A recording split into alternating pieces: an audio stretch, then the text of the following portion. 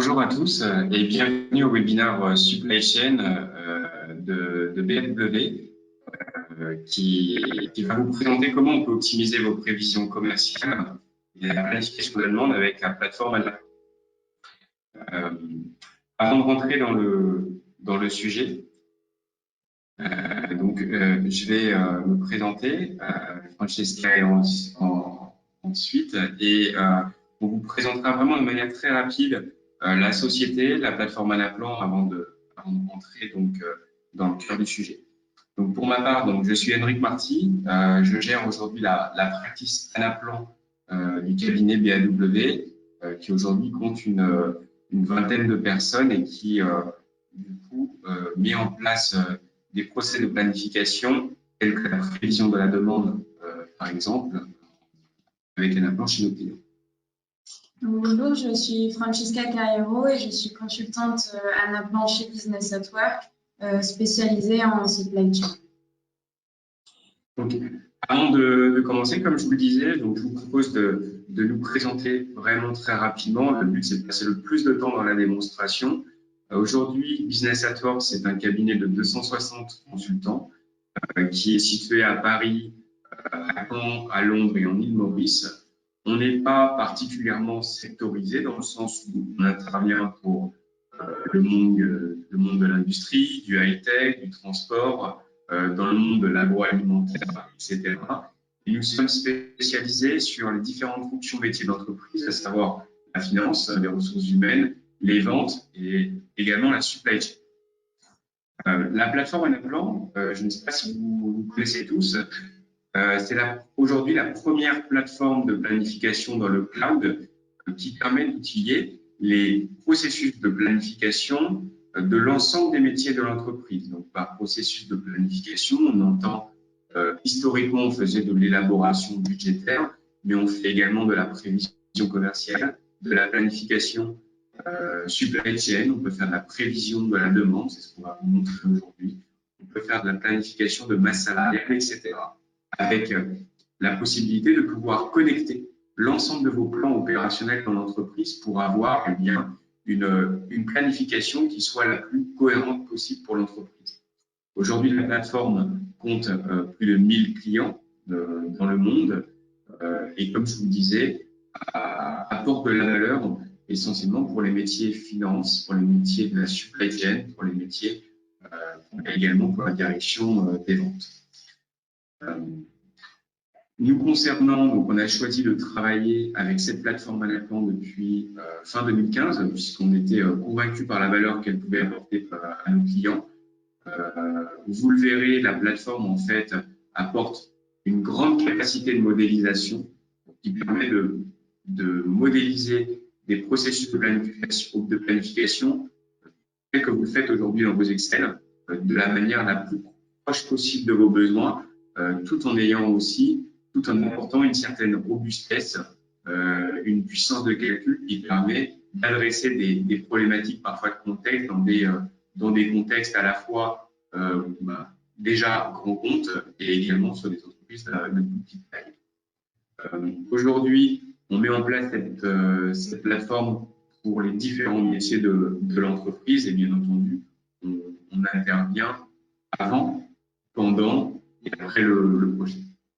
Voilà pour notre présentation. Donc, j'ai essayé de faire court. Nous allons désormais passer à la présentation de ce qu'on va vous présenter aujourd'hui. Et pour ce faire, Francesca va vous rappeler les enjeux de la supply chain aujourd'hui. Donc, aujourd'hui, les différents enjeux principaux de la supply chain vont être d'une part d'améliorer le taux de service client tout en optimisant les marges de l'entreprise et donc en optimisant par exemple les capacités de production et les stocks et tout en restant également réactif aux évolutions du marché.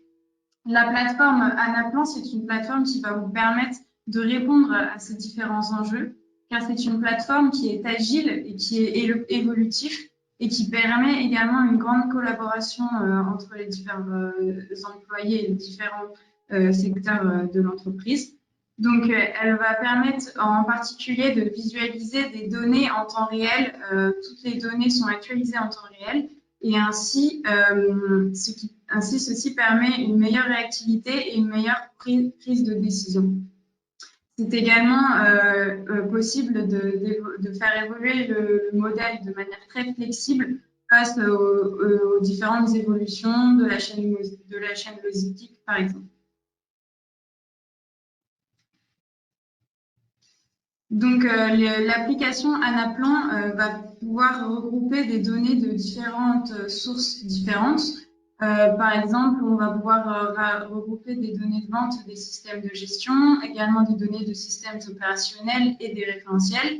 Et tout ceci va être consolidé directement dans Anaplan, dans le but d'utiliser ces données dans différentes applications et donc différentes use cases. Donc, par exemple, on peut utiliser Anaplan pour de la prévision de la demande et ainsi faire directement dans l'application une dévolution des ventes, par exemple, qui pourra servir de base à une prévision statistique, qui peut également être modifiée pour réaliser des prévisions commerciales, prendre en compte des actions commerciales et des lancements de nouveaux produits. On peut également utiliser la plateforme Anaplan pour d'autres outils de planification supply chain, par exemple l'utiliser pour gérer des stocks, faire des analyses de capacité et réaliser des plans de production. Aujourd'hui, la plateforme Anaplan présente également des fonctionnalités de consolidation qui peuvent être très utiles pour réaliser différents reporting de manière plus consolidée et ainsi pouvoir visualiser par exemple les fiabilités de la prévision pour réaliser des pilotages ou également des analyses de vente. Et enfin, sur le long terme, l'application Anaplan permet donc de réaliser des planifications qui vont permettre de prendre des décisions de manière plus globale grâce à des fonctionnalités de simulation et donc ainsi de pouvoir prendre des décisions quant à l'ouverture, par exemple, de nouveaux entrepôts ou la modification des offres des magasins. Donc aujourd'hui, on a décidé de vous montrer en particulier un procédé de prévision commerciale et de planification de la demande, pardon. Et donc c'est un procédé qui va être plutôt focalisé sur le travail des employés de demand planning ou sales planning. Donc ce sont des employés qui vont utiliser d'abord l'application pour contrôler l'intégration des données de vente et donc notamment les variations des données de vente dans le but de réaliser une dépollution de l'historique de vente, c'est-à-dire de nettoyer les événements exceptionnels pour fournir une meilleure base à la prévision statistique qui est calculée directement dans l'application. Ensuite, le Demand Planner va pouvoir paramétrer les saisonnalités de vente dans l'année et également directement paramétrer la prévision statistique afin d'avoir une prévision plus fiable sur le court terme et le long terme.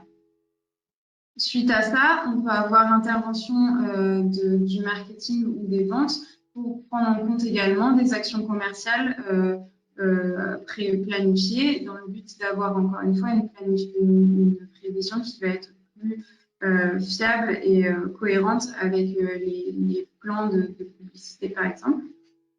Et également, on pourra paramétrer dans l'application des lancements de nouveaux produits. Et finalement, comme je l'ai dit tout à l'heure, l'application Anaplan va permettre également de fournir des reporting et donc une consolidation du forecast final qui pourra être visualisé soit par la direction supply chain, soit par le demand planner lui-même pour visualiser le résultat de ces actions. Donc, vous l'avez bien compris, le but d'aujourd'hui, c'est de vous illustrer un processus de prévision de la demande. On s'arrêtera donc à la prévision de la demande dans le sens où cette dernière pourra être utilisée ensuite par la supply chain pour aligner sa production et les stocks sur les mois à venir. Donc ça fera l'objet d'un autre webinaire. Aujourd'hui, on a fait le choix de se concentrer sur une partie du processus pour vous illustrer déjà ce qu'un plan peut vous apporter. Donc, on va pouvoir vous montrer directement sur l'application. Donc, ceci serait un écran d'accueil pour cette application de Demand Planning. Donc, cet écran résume les principaux process qui vont être effectués dans cette application. Donc, on a en première partie un travail de dépollution de l'historique de vente afin de préparer une base à la prévision statistique. Suite à ça, on a un travail de modification de la saisonnalité des ventes des produits pour avoir un forecast qui va calculer à l'avenir les répartitions des ventes sur les différentes semaines de l'année. On a également un board qui va présenter ici les résultats du calcul de forecast statistique réalisé dans l'application et qui va permettre de modifier les paramètres de ce forecast et également de modifier de manière plus précise le forecast. Enfin, sur la partie du bas, on a un écran qui va permettre de paramétrer donc, les actions commerciales et un deuxième écran qui va permettre de paramétrer ici les lancements de nouveaux produits et les prévisions pour ces lancements. Et enfin, les derniers écrans vont être des écrans de visualisation des résultats et de consolidation des forecasts. Donc, on va commencer ici par le forecast de dépollution.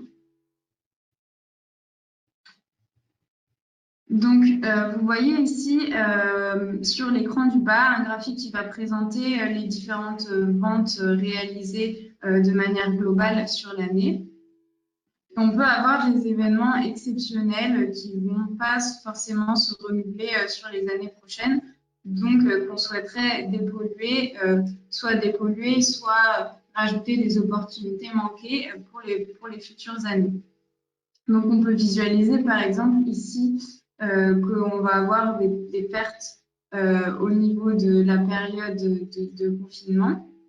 Donc, on peut choisir de se focaliser sur cette période-là et en tant que demand planner, on va chercher à corriger cet écart. Donc, on peut choisir sur le graphique du bas une certaine semaine, par exemple ici la semaine du 23 mars. Ou par exemple, on peut mettre ici le 16 mars. Et l'écran du dessus, vous voyez, s'actualise automatiquement en fonction de la sélection. Ce qui est rapporté ici, ce sont des alertes, c'est-à-dire qu'on va avoir les ventes qui ont eu les plus grosses modifications d'une semaine à l'autre. Donc, on peut corriger sur le côté les seuils d'alerte, c'est-à-dire que actuellement, vont remonter les alertes pour lesquelles la croissance hebdomadaire est soit supérieure à 10%, soit inférieure à moins 10%. Par exemple, on voit ici qu'on a des moins 80%. Donc, pour l'instant, on va rester sur ces paramètres-là. On va sélectionner, par exemple, le premier produit qui est ici RD02. On voit qu'à droite, on a une petite description du produit qui est actualisée en fonction de la sélection du tableau principal. Donc, sur ce produit-là, on va avoir un historique de vente qui est de 10. Par exemple, on peut penser qu'on aurait pu faire 40. Donc, on modifie juste à côté. Comme vous le voyez, en temps réel, on a l'information qui est actualisée sur le graphique du bas et également ici sur la colonne Clean Sales historique qui représente donc l'historique nettoyé après la dépollution. On peut également recorriger, par exemple, on peut mettre ici 50. Et on a encore une fois la modification en temps réel. Et si besoin, on peut, grâce aux fonctionnalités d'Anaplan, regarder l'historique des modifications de cette case. Donc, il suffit ici de faire un clic droit Et de façon très simple, on va avoir l'historique des modifications de cette case. On peut rajouter également un petit commentaire ici sur la modification. Voilà. Et par exemple, une fois que ce cas est traité, on peut choisir de l'enlever des alertes en cochant ici. Et ensuite, une fois que ça sera actualisé, voilà, on ne reverra plus ce cas-là. Donc, une fois cet historique dépolé, on peut passer au bord suivant. Donc, ici, on peut naviguer directement sur cet écran-là à travers les différents dashboards. Ou alors revenir sur l'écran d'accueil si besoin. Donc, par exemple, on va passer à la gestion de la saisonnalité. Donc, ceci est un écran qui va permettre de visualiser sur l'année quelles sont les saisonnalités de vente des différents produits.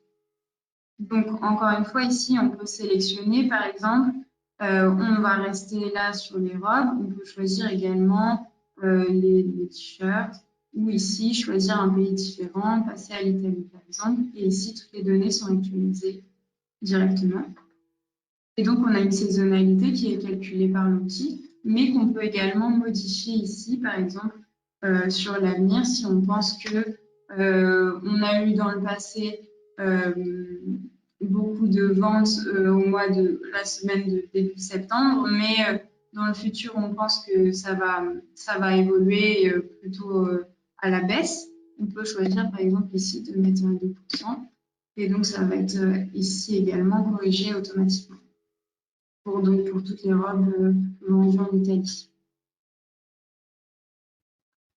Ensuite, on va regarder cette fois-ci à un niveau plus fin la prévision statistique qui est calculée. Donc ici, on a une référence produit et on est sur le pays d'Italie. Et on peut visualiser dans l'avenir le forecast statistique qui est calculé. Donc on voit ici en bleu les ventes de l'année précédente. Et ici, on voit le forecast en rouge qui est calculé actuellement avec un certain niveau moyen. Donc, ce niveau moyen, c'est un niveau que vous pouvez également paramétrer si jamais vous voulez modifier de manière générale la prévision statistique calculée. Par exemple, ici, on est à 25, on va augmenter à 50. Et voilà, encore une fois, vous voyez l'actualisation en temps réel des données, les modifications et ici les résultats de manière chiffrée sur la prévision. Vous pouvez également choisir de modifier de façon plus précise sur une certaine semaine la quantité qui est calculée. Par exemple, ici, on va mettre 1. Et vous avez donc des alertes visuelles avec des codes couleurs pour bien visualiser où est-ce que vous avez effectué des modifications. Il y a également la possibilité de réaliser 2 versions différentes du forecast. Donc, ceci, ce serait la version du forecast réel, prise en compte par exemple pour la production. Mais on peut également réaliser à côté une version plutôt best scénario, c'est-à-dire une version du forecast dans laquelle on ne prendrait pas en compte, par exemple, les limites de capacité. Et donc, pour certains produits qui seraient potentiellement limités par les capacités de production, on pourrait modifier ici le forecast pour ensuite visualiser de manière consolidée une version idéale et ainsi prendre des décisions, par exemple, d'augmenter les capacités de production sur certains produits.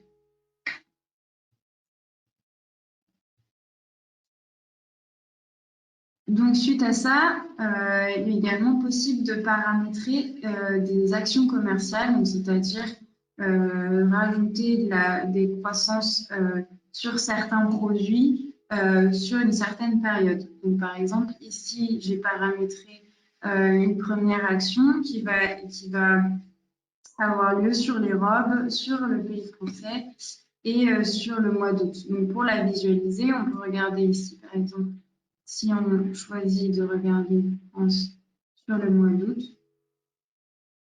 Donc ici, on va voir que ici, le forecast initial a été augmenté de 20% avec cette action commerciale. On peut choisir ici de modifier directement la date de fin de cette action pour, par exemple, la faire durer juste une semaine. Et on va avoir encore une fois le résultat en temps réel juste en dessous. Et ici, le total de la variation totale en quantité. Donc, encore une fois, ici, on va pouvoir, sur ce nouvel écran, paramétrer cette fois-ci les lancements de nouveaux produits. Donc, pour chaque nouveau produit, on paramétrerait une quantité initiale de vente qui serait répartie sur un pays à partir d'une certaine date de lancement et avec un profil de lancement spécifique. Donc, on a paramétré ici dans l'application divers profils de lancement, donc ils peuvent être directement paramétrés par les utilisateurs en fonction des besoins. Donc, par exemple, ici, on peut choisir de mettre un lancement qui sera plutôt léger sur la France. Et donc, on peut visualiser sur le graphique situé en dessous qu'ici, de la France, donc j'ai paramétré un premier lancement en France et puis ensuite les lancements dans les autres pays européens qui commenceront plus tard.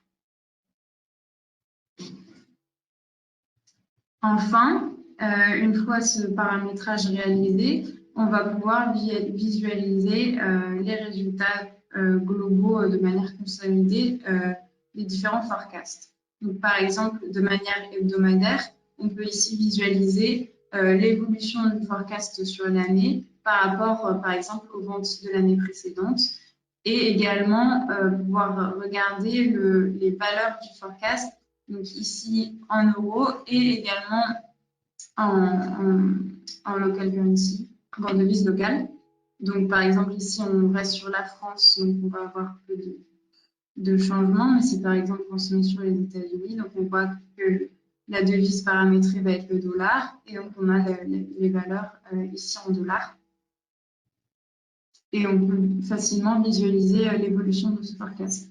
Et on a enfin un dernier board qui va consolider cette fois-ci de façon mensuelle le forecast et donc permettre de regarder des indicateurs, par exemple ici sur le mois d'août 2020, on voit que par rapport au mois d'août 2019, on va avoir une perte de croissance de 40%. Et on peut également regarder, par exemple, on voit qu'on a eu un pic en décembre. En cliquant sur le graphe, on va avoir l'actualisation des KPI en fonction de la date choisie sur la droite. Et ici, sur le tableau du bas, on peut regarder tout simplement les résultats de manière quantifiée par mois. Bien entendu, si vous voulez effectuer par exemple ensuite des exports, ça c'est des choses qui sont quand même souvent faites par les métiers. Vous pouvez exporter vos tableaux, vos données dans le format que vous souhaitez. Et ici par exemple, je souhaite exporter mes données au format XLSX. Ça pourrait être de l'XLS, ça pourrait être un format CSV, comme vous le voyez. Et ça permet d'exporter les données de la plateforme finalement à des fins d'analyse dans Excel. Donc ça, c'est quelque chose qui est également très puissant dans la plateforme. C'est vraiment un outil qui est conçu pour les métiers et qui permet bien de faire, comme vous avez pu le voir dans l'exemple, des forecasts selon différents scénarios. Là, on a été sur le best scénario. On va revenir sur notre scénario forecast à tout niveau de granularité, à un niveau fin. Sur un pays comme la France, comme le Manchester, on peut très bien se remettre au niveau worldwide, sur l'ensemble de nos gammes de produits, visualiser les impacts et finalement projeter la demande selon le modèle qui nous semble le plus adapté pour ensuite avoir une prévision de la demande qui soit donc la plus cohérente possible, qui nous permette derrière, ce sera l'objet du futur webinaire, de pouvoir aligner nos stocks, aligner nos productions et être davantage dans une logique de simulation et d'optimisation de notre supply chain compte tenu de ces scénarios de prévision.